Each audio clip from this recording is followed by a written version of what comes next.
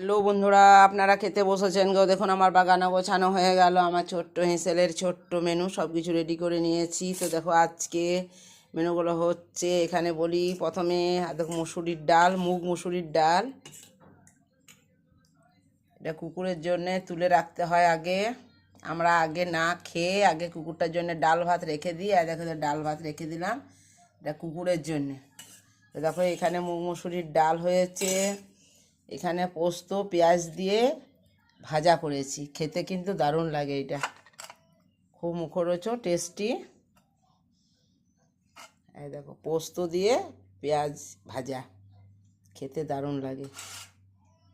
আর এখানে একটু বাঁধাকপির তরকারি, অনেক দিন পর বাঁধাকপির তরকারি করলাম, হাতেই দিয়ে দিচ্ছি।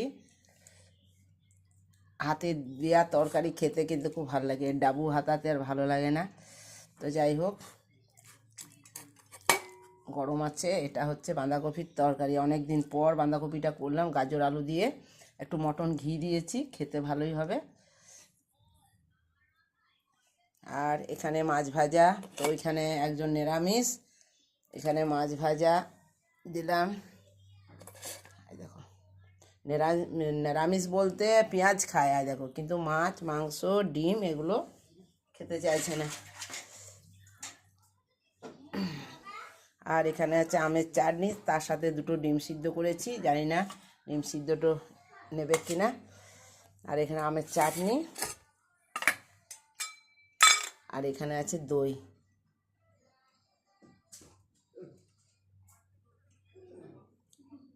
টক দই আমরা একটু চিনি দিয়ে খাই। এই দেখো এটা হচ্ছে দই।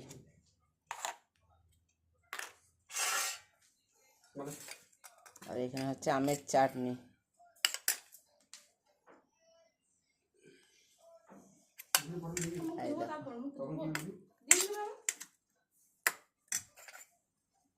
আমের চাটনি।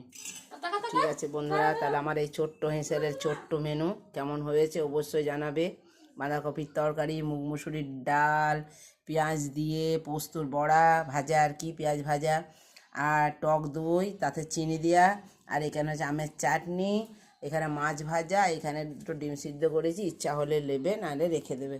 ঠিক আছে বন্ধুরা, তাহলে এখানেই রাখলাম। আমার এই ছোট্ট হিসেবে ছোট্ট মেনু কেমন হয়েছে অবশ্যই লাইক কমেন্ট করবেন, আর ভিডিওটা দেখবেন। এখানেই রাখলাম, এবার খেতে বসবো।